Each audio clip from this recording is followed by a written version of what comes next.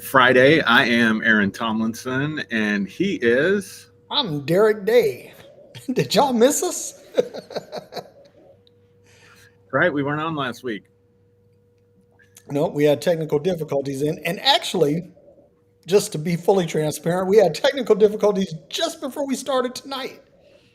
But True. it looks like we've overcome that hurdle. I'm checking it now, make sure that we are good. Yep, we are live, man. We're I'm going to honest share to it real goodness. quick if I Yep. can get in there.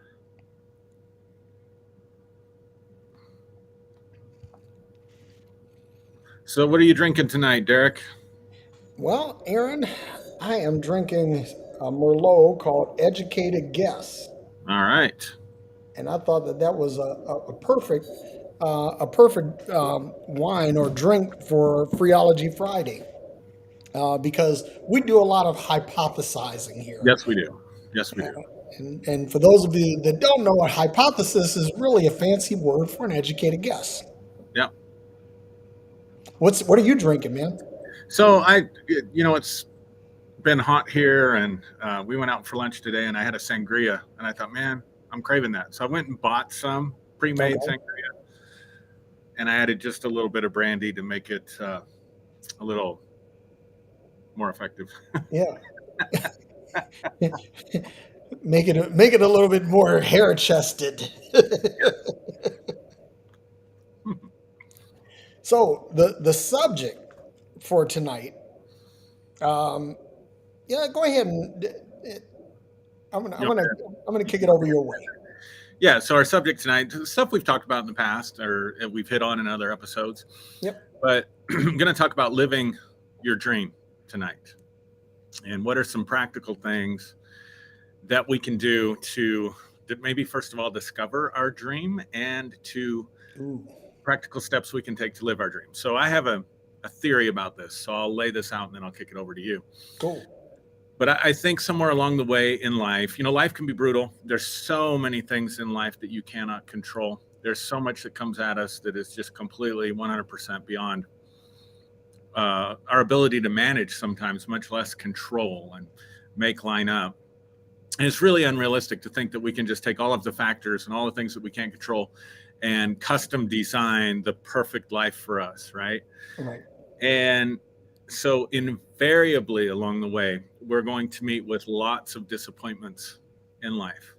Mm, And I think that a lot of people can collapse internally a bit around desires or around dreaming or around wishing and hoping. We hear people make statements all the time, don't get your hopes up or expect uh, how they say it, somebody's mom told them, well, just expect the worst, and then if it's better, if you expect the worst, you won't be disappointed, and if it's better than that, then you will have had a good time or something. yeah.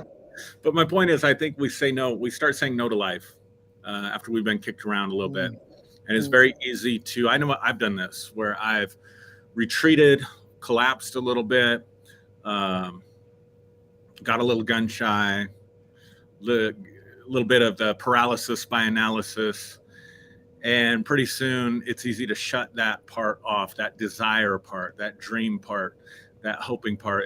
It can become easy to shut that part off. And so for some people, maybe for a lot of people, I think the first activity, practical activity or action that we can take to living our dream is to give ourselves permission to dream again, permission to desire again, permission to want again, even if we do it tentatively. I think that's a key. We have to keep that alive. Otherwise, we're going to end up saying no to life, and we may miss opportunities when they come by, or we may say no to opportunities that could be potentially life changing for us when they come by because we've collapsed a little. And I think that society as a whole becomes a little. The correct term, I'm going to use this term, but people are going to hear it culturally rather than psychologically, but we become a little sadomasochistic uh, mm, about life. We develop Sigmund Freud would call it a love of death or even a death wish, to mm, where we don't go out and somebody may be sitting there and they're not even ever going to contemplate suicide. But by saying no to life, they sort of psychologically suicide themselves. Yeah, you said a lot there. That one is that being free to dream again, or free to continue to dream, right?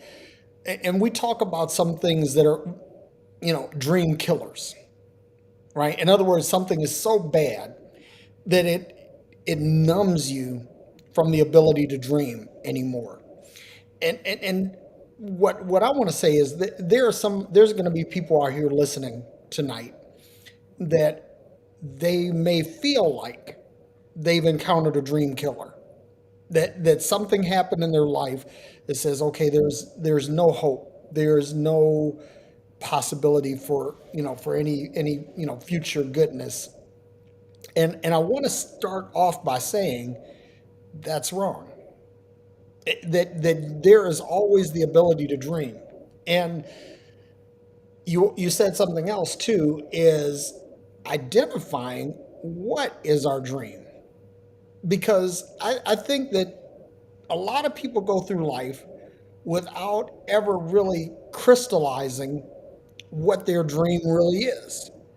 And so they wind up kind of meandering through life and accepting everything that life hands out instead of dictating their own destiny. And you said another thing too, that you don't there life is probably equal parts of what you can control and what you can't.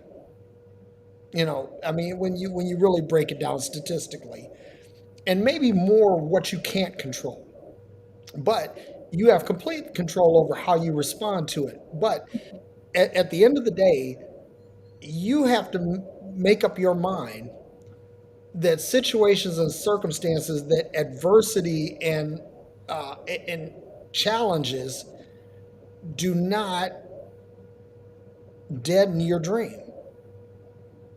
You have to make up your mind to say, okay, I'm going to dream again. And this is really interesting, Aaron. I'm going to say this because I want to make it kind of personal for me, and about the conversations that we had, and I kind of reached a point where I was just like, my my ability to dream, I won't say that it was dead, but it was certainly dormant. It was certainly on life support. It was certainly comatose, right? Mm. But then I had a series of situations and circumstances that happened that caused me to awaken and say, okay, I can dream again. I'm not dead yet. I have plenty of life left in me, and I have plenty to give to humanity, to give to people, plenty of love, plenty of wisdom, and all of that. And so that has quickened my dreams again. Hmm. And that's why I wanted to tell everybody that, hey, that, you can dream. Now, I want to say something else. Last weekend, my sons and I, we were at DreamCon 2023 in Austin, Texas, and we were trying to go live from there, but the network wasn't really good there, and that was why we didn't go live last Friday. But DreamCon is basically a convention, sort of like Comic Con, where you have like a lot of publications, books, comic books, multimedia stuff, trinkets, souvenirs, merch, and then people doing cosplay and all of that. What I'm getting at is that all of these people, they have some dream. Gamers have a dream of being the champion gamer or writing the next big game. Cosplayers have the dream of being in the next Hollywood production, or being, to get some broader awareness. But what this really was, this was the dream of a group of minority Mm. people that say, hey, we want to participate in this sort of this sort of venue of animation and gaming and all of that. And so this was a dream come true for some people. And then there was a lot of they had workshops on how to do succeed at social media and how to do branding and monetizing and all of that. And I attended some of these workshops and I'm listening to these people, and every one of them, every single one of them, Aaron, started off with a dream. And it was always something simple. None of these content creators came on with with the notion that they were just going to take over the world, that they were going to be. Most of them didn't even have a notion of this being a source of income. All this was is that this is something that I love, something that it's really in my heart to do. And that's the other thing too about real dreams. Real dreams are almost never, can I Mhm. say that again? Almost never motivated by money. I mean, money is great. Money does buy happiness. I'll say that until I die from now on. There is a certain significance to money. But when you really start talking about your dreams, what it is that what it is that's in you that gets you out of bed every day, the thing that motivates you to work a few extra hours, to spend a little extra money, to invest in yourself, to collaborate and to contact with other people with like minds. None of that has to do with money. But money, let me say this, that when you, and this is another one I say to my sons all the time, that if you follow your dreams, if you follow your passion, and you commit yourself to being the very best at what you're doing, money will follow you. Yeah. So that's where I'll stop. Yeah. Yeah. I saw when you were talking, I saw Shannon Morris' comment come up. She's asked me if I changed my name. So for some reason, Vincent's comment is hanging Yeah, it out sure there. is. You know what? So Hang on for a I don't know second. why that is. No, you know what, Aaron, that's completely on me. I'm DUIing already, and I'm not even D yet. Yeah, I like what you said there because lots of stuff to comment on there. Um, she says, "Oh, I see the comments are stuck." Yeah, um, because first of all, our ability to dream or desire is connected to our sense of self. So you said something at the very beginning there about awakening and coming alive, and then you said, I I realized that I have wisdom and I have love, and I don't remember all the other stuff that you said to share with the world. That's coming out of your self concept, right? So Yep. our sense of self or our beliefs about ourselves, our sense of value about ourselves really does put a lid or a cap on how far we're willing to dare to dream or how far we're willing to go. So I wanted to highlight that for sure. And then what you said there at the end about what you tell your sons, that I mean, at the end of the day, for me, it's more important to enjoy what I do so that I don't feel like I'm working to live. Yeah. I mean, feel like I'm living to work. Yeah, I think that's right. Yeah. I don't want to be living to work. I want to be working to live. And so if I do something that I enjoy, then it doesn't feel as much like work, right? So I Yep. think that's important. But also, I think the dedication, and that's the key, right, to living your dream, the dedication, the commitment to work hard to produce. And again, this goes back to your self concept. Do you see yourself as a producer that Hmm. then can get paid for what you're producing? Or do you see yourself as a consumer Yep. who is just out? And that really can be a sort of fixed mindset that people have, uh, where I'm just consuming all day long. What can other people do for me? How can I take from the environment? Not necessarily just buying things, not speaking about being a consumer in that sense, but not thinking about myself in terms of productivity and then attaching reward to productivity. Mm. So that's I think another loop that people can get stuck in where they are being productive for someone else. And Yep. this isn't a criticism, this is just a reality, right? Yep.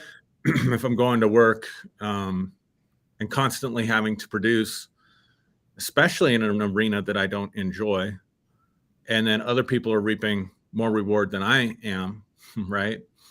Then that can cause me to devalue myself in terms of my sense of self as someone who is producing, someone who's uh, able to be productive, if you will. And so it's an outlook on life. Do I have the ability to produce something of value, or am I in such survival mode that I'm consuming all day long? So I'm consuming other people for emotional supply. I'm consuming other people for self-esteem supply. I'm consuming them for what they can do for me, kind of thing.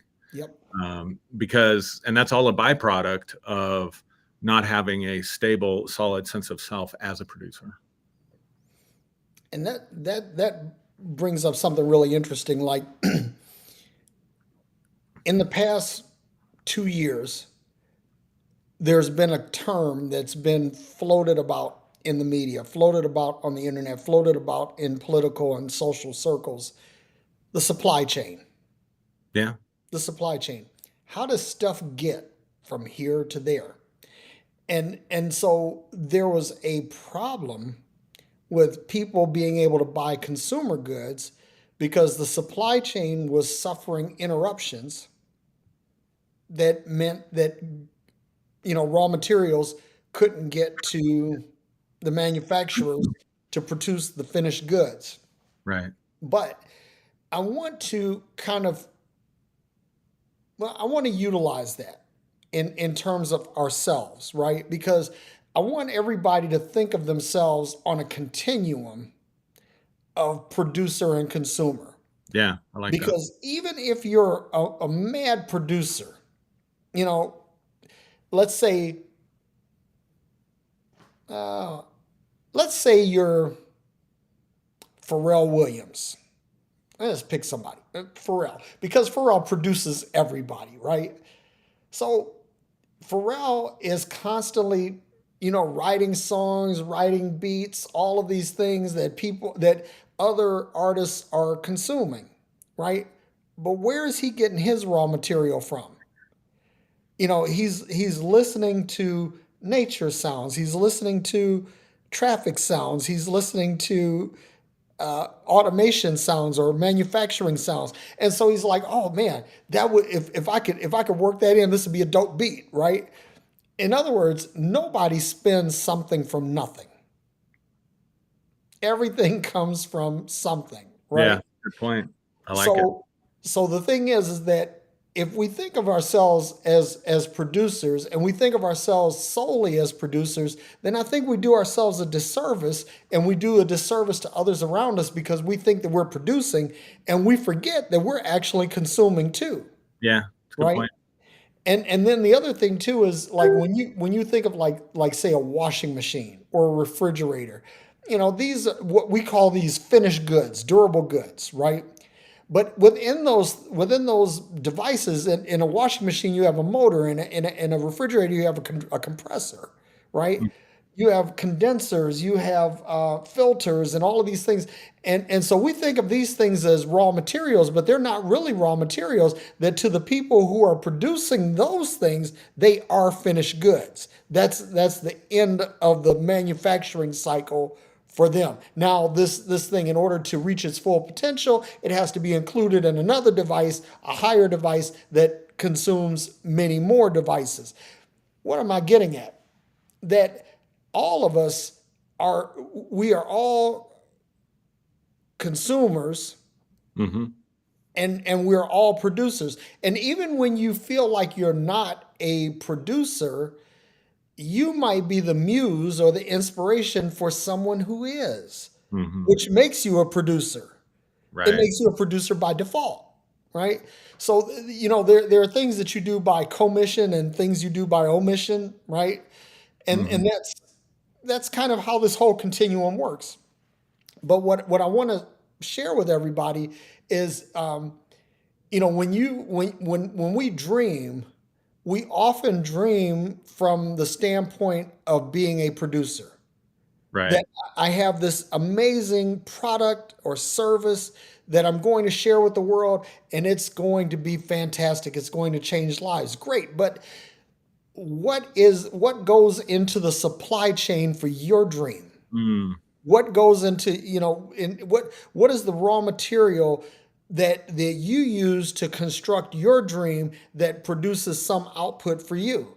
And we have to think of ourselves, as being fairly fluid on this continuum, right?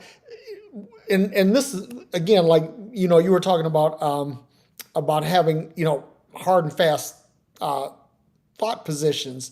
But we need to be more like a rheostat, right? Like a dimmer switch yep.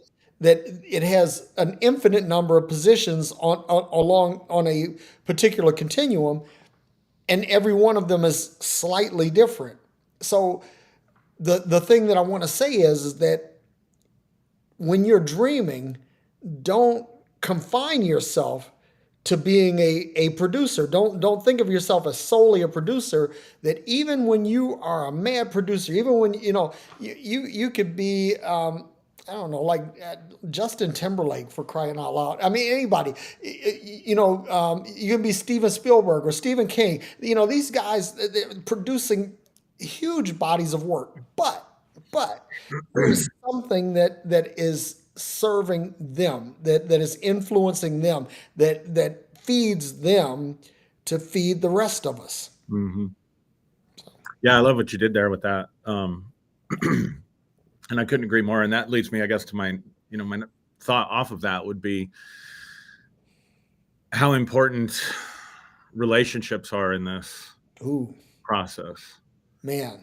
And again, another area are connections, relationships, Yep. emotional intelligence. And again, this can be an area where we shut down and close off. This can be an area where we say no to life because, it's an interesting thing. One of the areas of expertise that I have as a counselor is in the area of trauma. Mm. There's some of the cutting edge research and therapeutic techniques are related to what's called polyvagal theory. Mm. And it's all related to the fight or flight response and how it switches on inappropriately for people that have suffered from a lot of trauma. And when I say inappropriately, I just mean it runs when there's no danger, right? So fight or flight was originally intended for,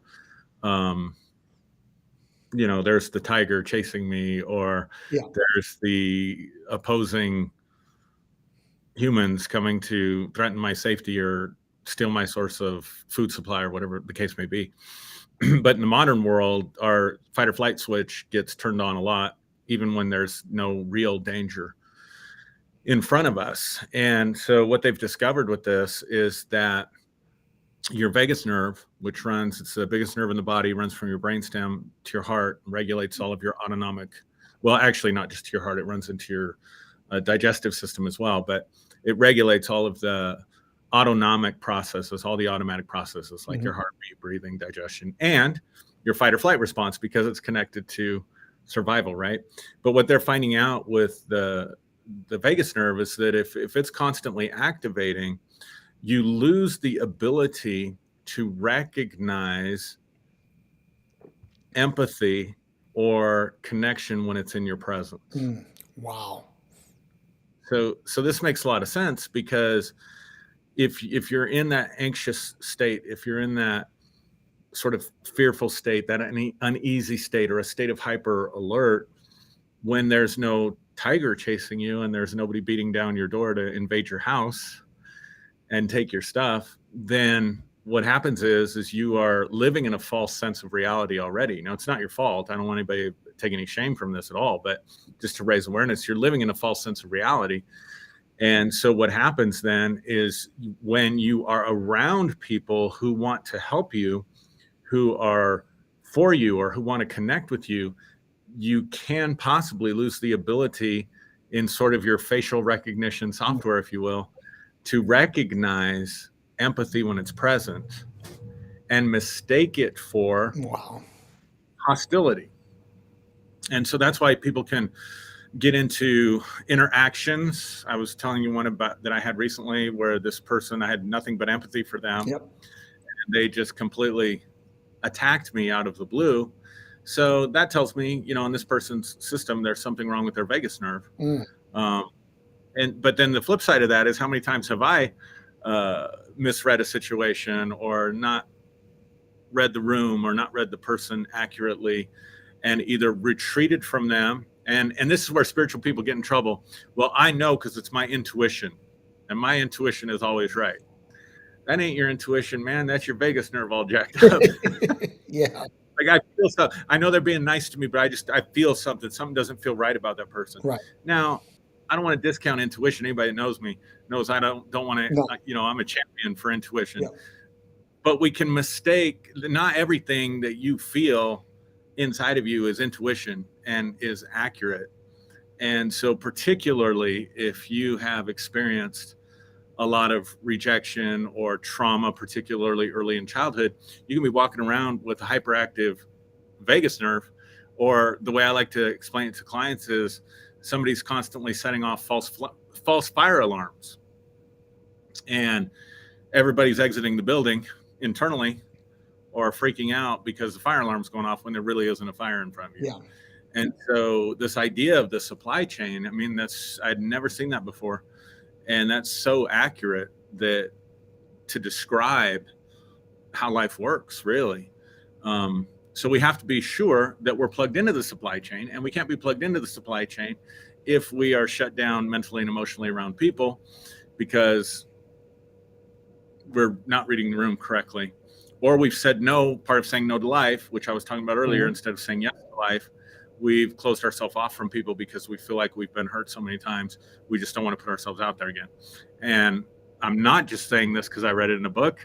I'm saying this because I've lived it. So I know exactly the dynamics from experience as well. And, trying to work my way through that has been one of my life challenges. And you're talking about relationships, and dude, that I think that might be the apex, the pinnacle of this discussion, because one of the things that I've learned is that your dreams are more likely to come true, to come to fruition, to come to pass when you have partnered with someone else's dream. It's the power of leverage, the power of combined effort, right? And and this whole thing about relationships, it's like understanding, okay, to what you were saying about the fight or flight syndrome, and the whole concept of the vagus nerve. We get caught up, and we think, okay, not only do we think, okay, this is someone who is, they're coming out, they're helping, they're extending empathy, they're extending grace or whatever to you, and you back away from it because you've been burnt before, you've been hurt before. And then in some cases, it isn't that you've been burned or you've been hurt before. Sometimes it's because you've done someone else wrong. That's one. The other thing is that some people like drama. Yeah. Mm-hmm. And so they will shut down against Mm-hmm. someone who they can sense is trying to help, but Mm-hmm. because they like drama, they like to stir up shit, right? Okay, so Right. now this person, basically what they've done, the proverbial looking a gift horse in the mouth, biting the hand that feeds you. That's what's happening, right? And it really what you were saying about fight or flight and the Vegas response is absolutely valid. That is absolutely valid. But there are some people that I don't that's not their case. Some people, let me say this, some people have conditioned themselves on a path of self-destruction. And when you condition yourself to self-destruction, you would Yeah. know constructivity if it bit you in the ass. You wouldn't know. So true. It's so true. You know, So it's like somebody can, 100 people, 1,000 people can show up to help you. It's that old joke about, the guy gets, he's, the rainwater start coming, and he says, oh, I'm going to trust God, I'm going to trust God, and and the guys come by in a boat, and hey, no, I'm good, I'm going to trust God, and then finally a helicopter comes over, no, I'm going to trust God, and so the waters come up and it drown the guy. Guy shows up at the pearly gates, and the guy says, look, God, I trusted you. I just knew you were going to rescue me. And he said, like, dude, I sent a Humvee, I sent a boat, and I sent a helicopter. What the fuck do you want? Yeah. And so there are some people that, even in the face of the best intentions, even when Mm. there's no Vegas response, that they will have a flawed response. And by flawed, I mean to reject, again, what you said, to shut down on life, right? You have a Yeah. situation that's coming up that is giving you life. It has Hmm. the potential to alter your life, to alter your being, to alter your destiny. And you say, no, I, I'm just not going to do that. I'm not going to do that Hmm. because that wouldn't be trusting God. Or, I don't like the way this person looks, or whatever the reason is. But people come up with reasons, and the reasons are almost never valid. Right. So what you were saying about relationships, dude, that's something that could really be unpacked in a lot of different ways. Because here's another thing: is that when we talk about the supply chain, right? You do business with people who are suppliers in the line of business that you use, Right. right? In other words, you're not going to try to buy wiring harnesses for a car that you're building from a rubber hose manufacturer. Now, this rubber hose manufacturer may be the most competent rubber hose manufacturer on the planet, but Right. they don't make wiring harnesses for a car. So you're plugged into the wrong supply chain, and then when you get all this fantastic, perfect rubber hose, right? You realize, Mm-hmm. I can't use this to transmit power from the light switch to the lights. Yeah. So that's the power of relationships. You have to learn to identify those who are operating in a similar space with you. And Aaron, I Right. just got to give a shout out to you and me, because this is part of the reason why I think you and I work so well, because we have a similar supply chain. And because we have a similar supply chain, we're producing similar products. It's for a different audience. Like, say, for example, you might be making Lamborghinis, I might be making Jeeps. You know, they're both cars, and they both serve a similar purpose, but they have different functions and different clientele, right? Right. But the Right. thing is, the same supply chain that supplies Lamborghini also supplies Jeep. Right. See, and that's the point that I'm getting at. So we have to make sure that in the course of fulfilling our dreams, that we are not trying to partner with someone with a conflicting dream path. Yeah. Because if you're trying to make a relationship with someone, and their dream may be perfectly valid also, it may be, Right. but it may be completely contrary to what you're doing, or Right. totally unrelated to what you're doing. And so you're wondering, why is this not working? Why, I like this person likes me, but we're not getting traction. Well, you're not getting traction because, basically, you have an engine turning and a transmission that's outputting power to nothing. It's not connected to any axle. Hmm. So you have the semblance of power, but no traction because there's no connection. Right. Yeah. You're making me think about it in this way, that living your dream is really an art. That'd be a great title, wouldn't it? It, The art of living your dream. man, that's But yeah. but it really is an art, because what does an artist do? An artist takes, if you're a painter, you take the picture that you have on the inside, and you painted on canvas, right? You project it out. If you're a composer, you're hearing something inside, internally, and you're projecting it out. Same thing with a writer or any other kind of art that you can think of. And so it's the same process in a lot of ways. We've got something on the inside that we want for ourselves. We can see a picture of a new and better day for us. We can see, we can imagine uh, living a different life, living in a different uh, tax bracket for somebody, maybe, or having better relationships, or whatever it is that that we are holding inside. And that's the key. Otherwise, we wouldn't call it a dream, Yeah. right? So you're holding something inside, and then you're trying to connect it or project it into the external environment. And so a couple parallels that I see in that is, number one, if you're not doing something with the external environment, it's never going to happen. Right. So if the painter, to use the analogy, doesn't, take the paintbrush and start putting paint to canvas, that thing is just inside of him. If the composer doesn't start, sitting down and playing at the piano or the guitar or whatever it is, it's never going to take shape or form in the external world. So in the same sense, when we're talking about making relationships and we're talking about making connections with the right people, or the right kind of people, or people that are in the same, as you said, supply chain as you are, or working in the same space, you're never going to live your dream, because you're not doing anything. You're like a painter who doesn't put the brush to the canvas.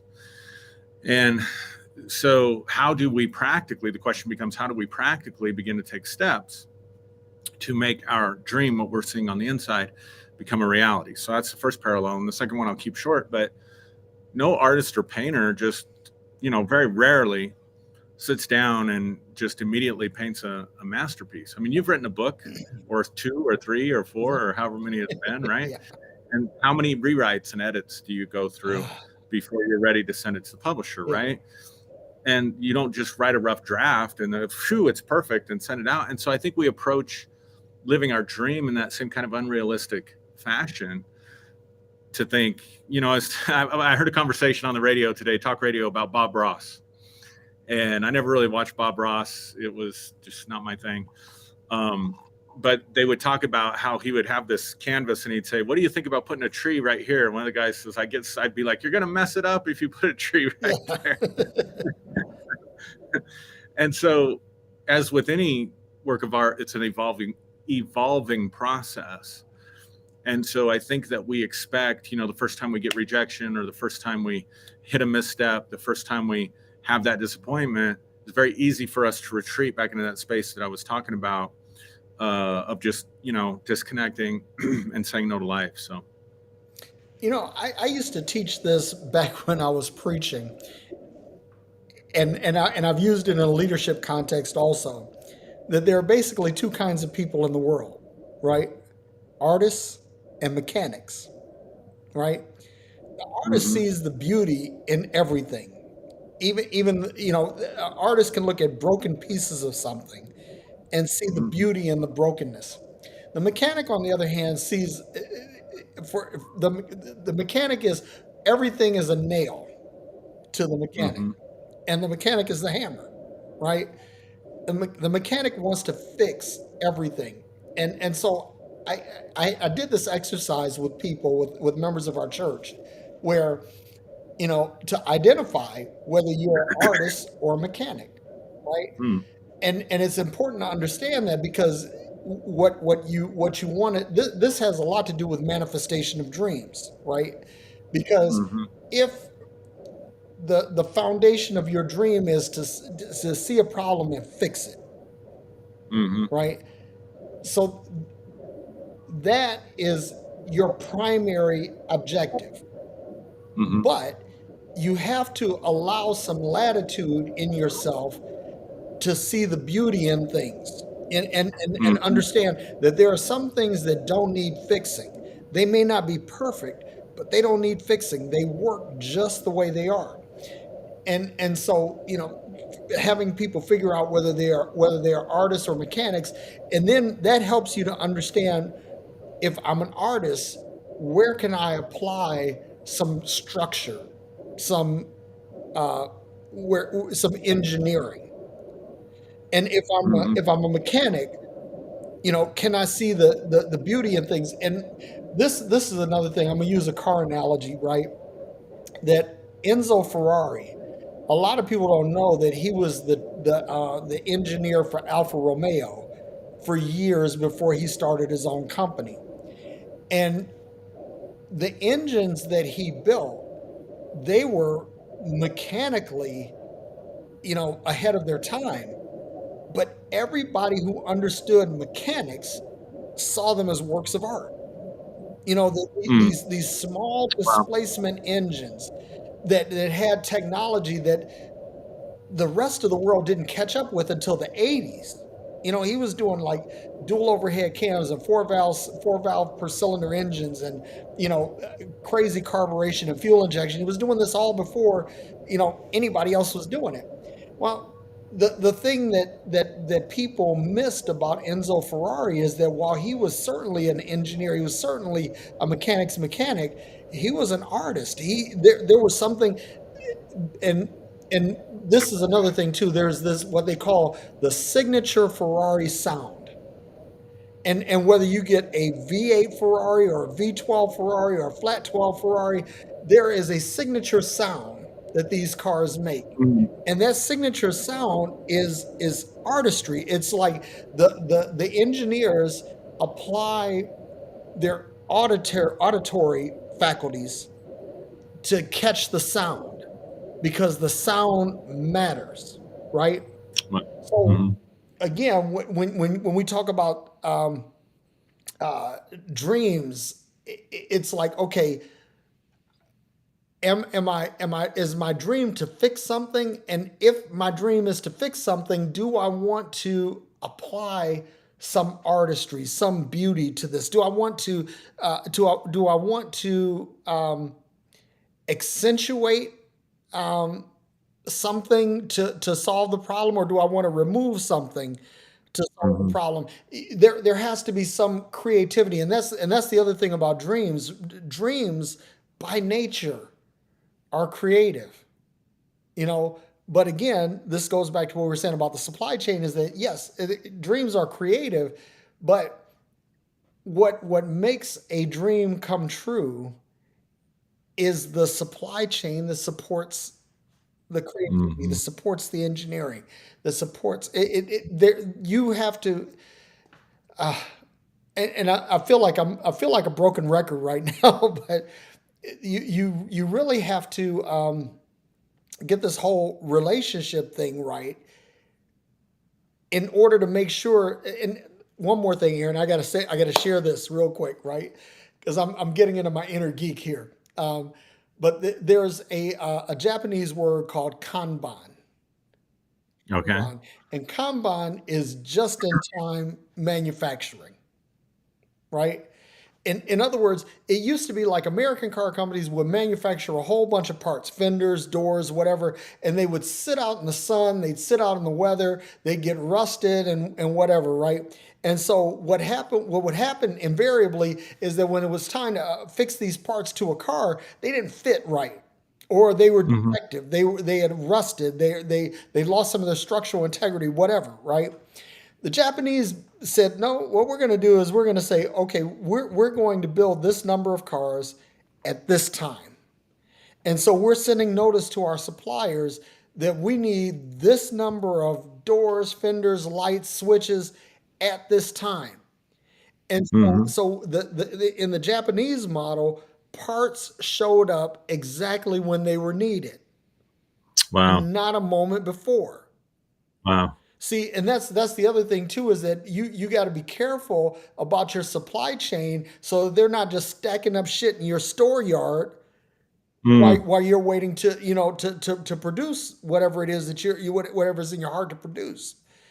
Mm-hmm. You have to make sure that you are tied in such a way that you get what you need when you need it. And again, I have to give you a shout out as a friend and a brother, because dude, there's so many times when we've been talking and you would say something and boom, it's exactly what I needed when I need it. It wasn't like, okay, because you'll say like a lot of things that are really cool, and I say, okay, I can shelve that, I can table that because I may be able to use that later. Right. But it's like when you're tied into the right supply chain, you're getting what you want right now. That's so good. I love that. I love that. I don't know what to say to that. I don't know. I don't know how to respond to that. I mean, dude, that's um, but that's if anybody's listening to this, make sure that the people who are we talk about trauma dumping, right? yeah. Trauma dumping Hmm. is like when someone is just unloading their trauma on you, right? And you have to figure out a way to process this, right? But there is I'm going to share a term here, right? And I just made this up. Dream dumping. I love it. Because somebody can constantly be just dropping stuff, and it's like, okay, this is good, but how do I practically apply this right now? And if you can't listen, whatever is not applicable in the moment is useless. Hmm. You might be able to store it up, file it away, shelve it, you know, store it, whatever. But at this moment, right? This is where mindfulness comes in, because we have to be in the moment, and we have to Mm, also look at our dreams from a mindfulness standpoint. mhm. How is this thing that's in my heart, that's in my mind? I want to do this. I want to produce this. I want to share this. How is this impacting my moment, or how do my moments impact that? Anyway, Yeah, it takes me back to our preaching days when we would talk about those kairos moments. For yes, people that don't know, kairos being a Greek word for time, but not just any time, a very specific, important time of opportunity or an opportune time. yep. Such a time as And this. yeah, and being able to recognize those kairos moments when they show up in your life is a bit of a skill, you know.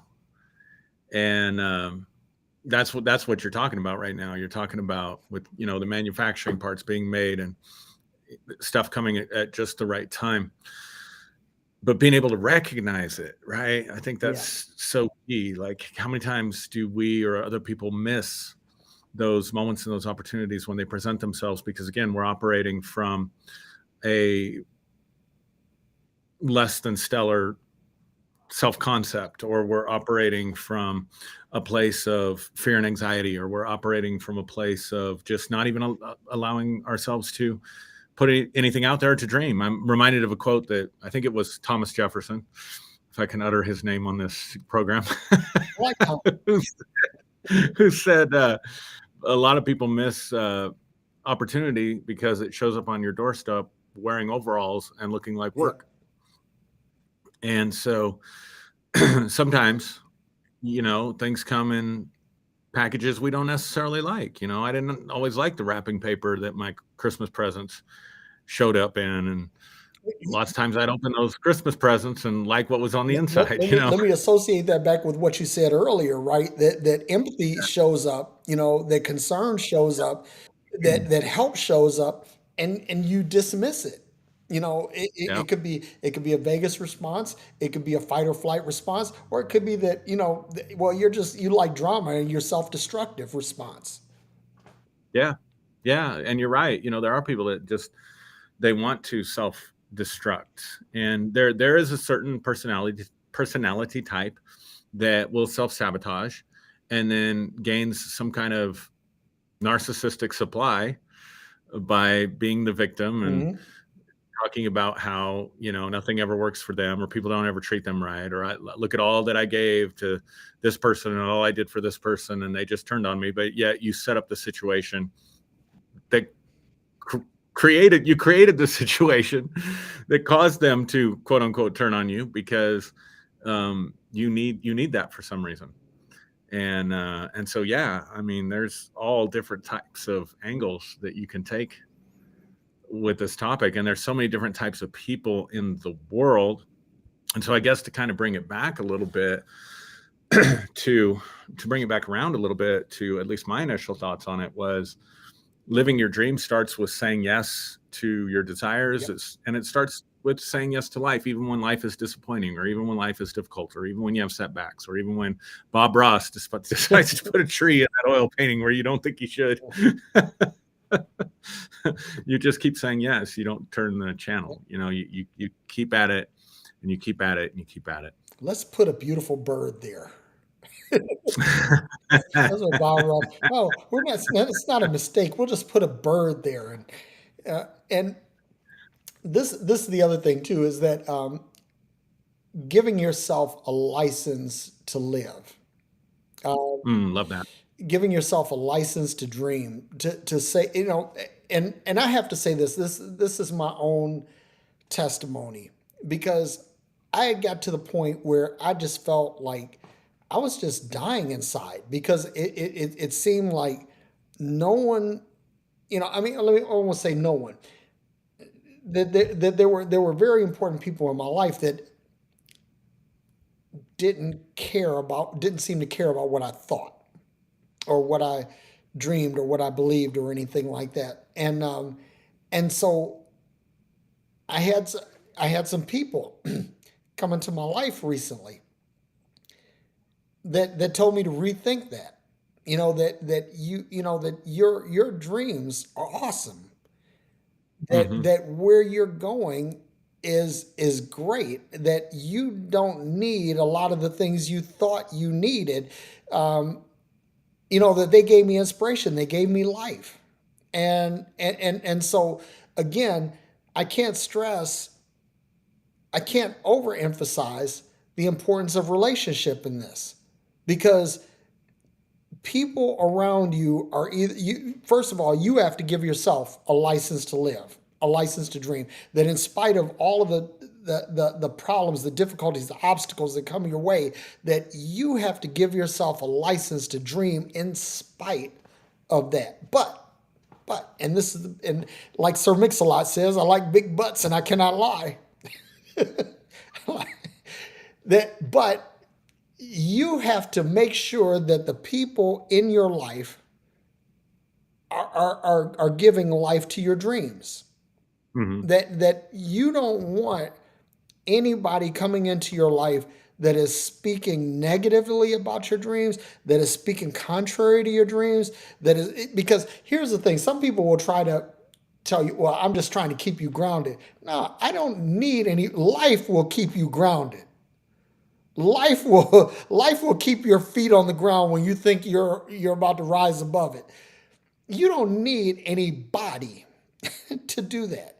And if you believe that, you have a certain codependency, and you need to investigate that. You need to do some work to work through that.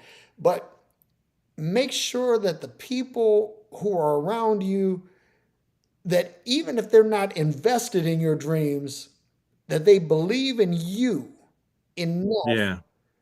Yeah. to to to speak life to your dreams. I mean, it may not be their thing, but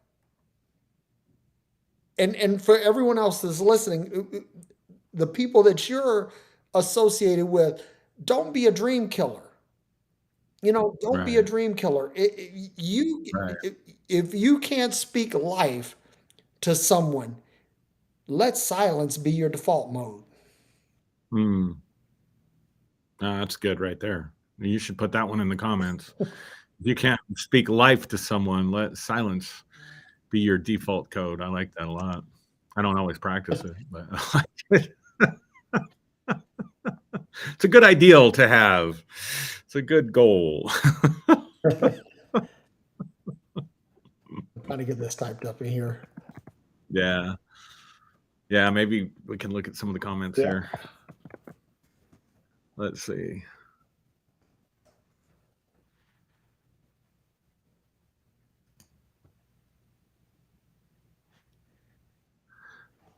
Vincent says, freedom from others' expectations about what we should do is central to everything. Boy, that's a good point that could be posted. And, that's so true, because we can let other people dictate what is okay for us and what isn't, in terms of what we want, desire, and dream for, and what isn't, whether it's a parent, that you had in your head telling you that you couldn't do something, or it wasn't appropriate to do something, or whether it's someone currently in your life that's telling you that. I think it's important. Freedom from others' expectations about what we should do is central for sure. I need to find Vincent's comment so that I can put it in the chat. Yeah, we really do allow ourselves to be constricted by the fear of other people's judgments, or simply by trying to live up to other people's expectations, which come oftentimes out of their own unmet needs, right? Yep. I'm Vincent Allen again. Shannon, if you're still watching. I think Vincent's probably still around. I'm going to put the No, I was referencing to Shannon that I've changed my name to Vincent Allen again. Hang on for a second. Doggone it. I'm trying to put the link in the. Yeah, then Vincent says you're out of focus, Aaron Tomlinson. I don't know if he's talking about my video focus or if I was rambling. Vincent said he's been drinking whiskey all day, so that's why you're out of focus, Aaron. Okay, that makes sense. It has nothing to do with you. I didn't know if Vincent needs to put the scotch, or I was just bouncing around too much. I can have both can happen. Yeah, I'm just putting the link out here in case anyone wants to join in. Had a good chat with Jimmy last night. It was fun. I had a good time. I can't wait to watch that. Man, I was so sick last night. I couldn't even sit up. So I was like, it was great, dude. I had a permanent smile on my face because it was just fun going back and forth on some different stuff and coming at things from different perspectives, and it was just a lot of fun. I really, really enjoyed it. Jimmy is more of an atheist than I am. Yeah, and he thought I was an atheist, so I was like, it was fun in the middle of the interview or something. We just went to pretend, but it was done in love and with respect. Yeah. And it just, I thought, man, this is so cool. I thought it was just so cool. I love that guy. Yeah, Jimmy is really one of a kind. Andre the Giant, he's like my N-words, but with the A, not the hard R. Yeah. That's funny. Yeah. So the link is out there in case anybody wants to join in, but we can't stay on all night as much as we'd like to. Other stuff that we either need to or want to do. Yeah. Appreciate everybody watching this, though. It's even people that watch by replay and we don't get a chance to respond to your comments. Yep. If you made it to the end, then you've really consumed some really good stuff that's going to help you produce down the line, and hopefully it will help you to dream. And let me just say this too: if you're going to dream big. Dream the biggest, wildest, juiciest dream that you can dream. Because if for whatever reason it doesn't all come to pass, some of it will, and you'll have a sense of accomplishment because you say, hey, I had this vision, I had this dream, and I put this forward, and look, it didn't turn out exactly the way I wanted, but it turned out pretty good. Yeah, I came up with the car analogy while you were talking a while ago, and I thought I can't share this car analogy. You can. No, I can't and I'll tell you why. I'll share it, but I'll tell you why I would sitting here thinking I can't share this, because you always have these, you have such an amazing knowledge about this topic, and they're always good analogies. And my car analogy, this will expose the world to my limited knowledge of cars when I say that. It's easier to steer a car when it's moving. Yep. No, dude, that's profound. It's easier to steer a car when it's moving. So you may not know exactly where you're going to end up, and you may have some detours along the way. If you drive I-25 through Colorado at any point in time, you may have an hour or two delay because of road construction. Yep. I swear, man, I don't know why they work on everything all at once. It kills me. But anyway, that's beside the point. Point is, just take some action. Yep. You may not even know what to do. You may not even know where you're going. But if you're just in park you're not gonna be able to steer or course correct or do any of that stuff. Yeah, that's a really good point. I mean, like the most important thing that you can do with bringing your dreams to pass is to get moving. You know, and Mhm. Aaron, I love this analogy, and I'm going to piggyback on that, right? Because see, you and I are old enough to have driven cars without power steering, Yes, sir. Yes, and sir. if you've driven a car without power steering, Aaron's analogy will hit home with you because it was like, and here's the thing: think of like driving an old car that had a clutch and no power steering, right? Or power Or brakes. power brakes. So it's like you had to really like work to get this thing moving so that you could steer it, right? So true. So true.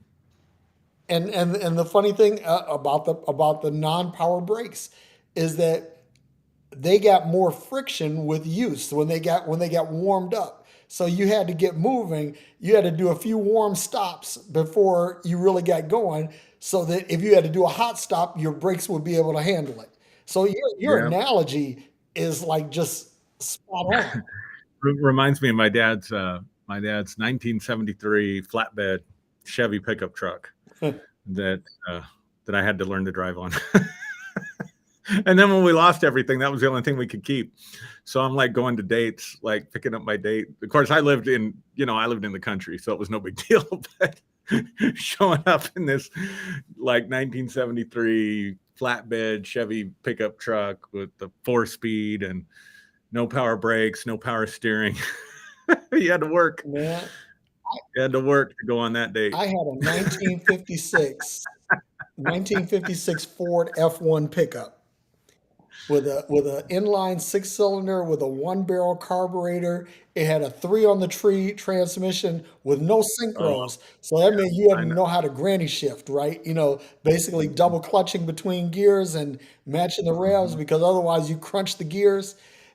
Oh Yeah, yeah. Oh, I remember yeah. that. And Ugh. no power brakes, no power steering. But that thing was, that taught me, man, that truck is. I could do a whole show on the Ford F1 pickup. I bet you could. I'd love to see it. Yeah. So, but anyway, I want to say this that guys, if you're watching, that this is both Aaron and I's birthday month, right? Yeah. And my I'm gonna put let me put my Cash App in here because I want you guys to send me money, not just because I want you to send me money, because I don't need money like that, but if you Cash App me, 100% of the proceeds will go toward buying a ticket to flying to Colorado so that Aaron and I can do a show together in real time, in person. And that would be our gift to you. But if you give, this is what you'll get. I mean, you will get you will get probably the most awesome Freology Friday that has ever been done. Yeah, for sure. For sure. We'll sit out and smoke some meats and Yep. drink some drinks and Smoke smoke some cigars. cigars. Yep. Wait, that's my brother. Yep. Yeah. Yeah. We'll have the whole hookup. The whole hookup. Yeah. My son told me he wants to go when we're going to go on vacation to Disney World this fall. And so he says, "Dad, when we're in Orlando last year in June, we went on a cruise, and of course we were in Mexico, so I had to get a Cuban cigar, Yeah. right?" So he's like, "Dad," he says, "if we go to Florida, he says, you got to promise me that you're going to buy and smoke a cigar again because just sitting there watching you smoke a cigar," he said, "you looked like a mob boss." He said, "You smoked that cigar like you were a mob boss," and I want to have that experience again. There's this TV show. It's on Netflix. It's called Peaky Blinders, and a friend turned me on to it, and and, Yeah, I, and that's I've been that's one of binging. his favorite shows. Man, that show is fucking amazing. And I'm like, how did I miss this, right? But the one thing about it is that Peaky Blinders will make you want to smoke cigarettes and cigars because they make it look so cool. Yeah, I think that's what he was. That might have been what he had in his head because he loves that show. And isn't that the guy? Isn't that the same guy that played in the Christian Bale Batman Yeah, I movies? think so. He was the psychiatrist Yep. at the. Yeah, I can't remember his name, but great actor, great series. All All right, right, so well, nobody's joining in, so it's time to ride off into the sunset, man. all good things must come to an end. So I'm going to use a different slogan tonight. Thank you, everybody, for watching and growing in real time with us. That's the new slogan, man. That just came to me. That was supply chain moment. That Dude, was a Kairos supply chain that's moment right there. brilliant because that's what we do. We grow in real time. Yeah. Eric, loved it, So man. anyway, appreciate you, Derrick. I'll give you a holler Okay. after. All right. Love you All right, love guys. Thanks for y'all. watching. Peace and hair grease.